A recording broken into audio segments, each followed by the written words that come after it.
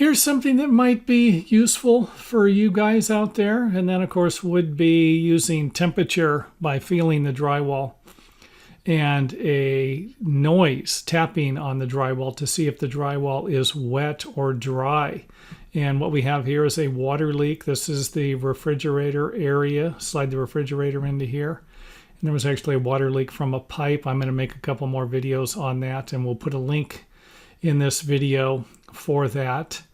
And let's go ahead and get started. Just give you an area. I wanted to give you an idea of what I was tapping on in the video. So that's the reason why I'm showing this to you. And again, you can see where just hard to see where the water was leaking into these areas. And this, of course, is the corner of the wall, the vertical corner, not the horizontal corner. And you could see here where the water has separated the paint from the drywall.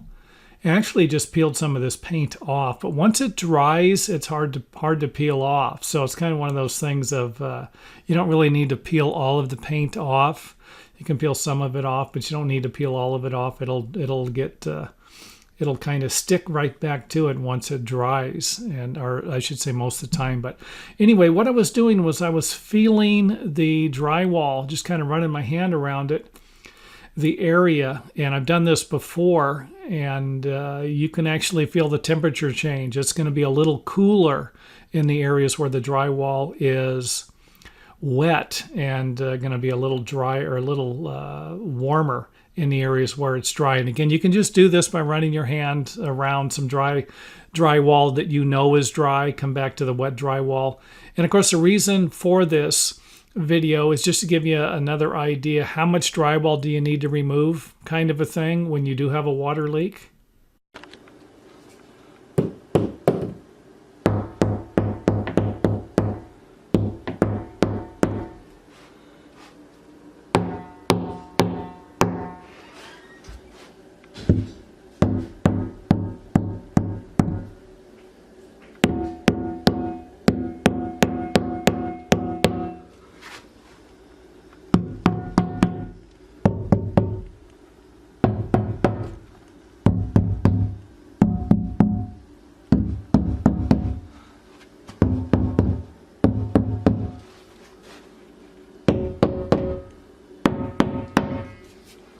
This would be the area in between the joist where I was getting more of the thud sound kind of a thing. Over here was more of the hollow. And I tapped on this. I think that was more of a hollow. This was more of a drier sound here.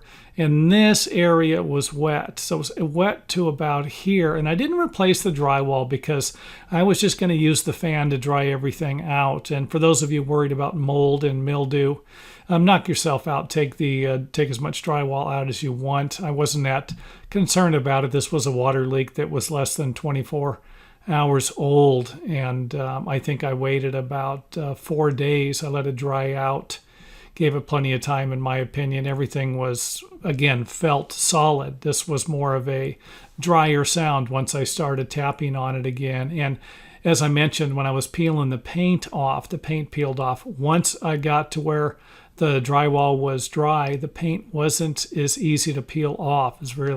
It wasn't peeling off. So anyway, I hope this helps. You might not need this. You know, a lot of people just come in and they rip out all the drywall that possibly, could have got wet, and that's not fine. Go for it. And a lot of contractors don't have the time to wait. I could. I pulled the refrigerator out, set it off to the side. And I think this whole process took about a week and a half. I let it dry and then put it back together, plastered it in one day.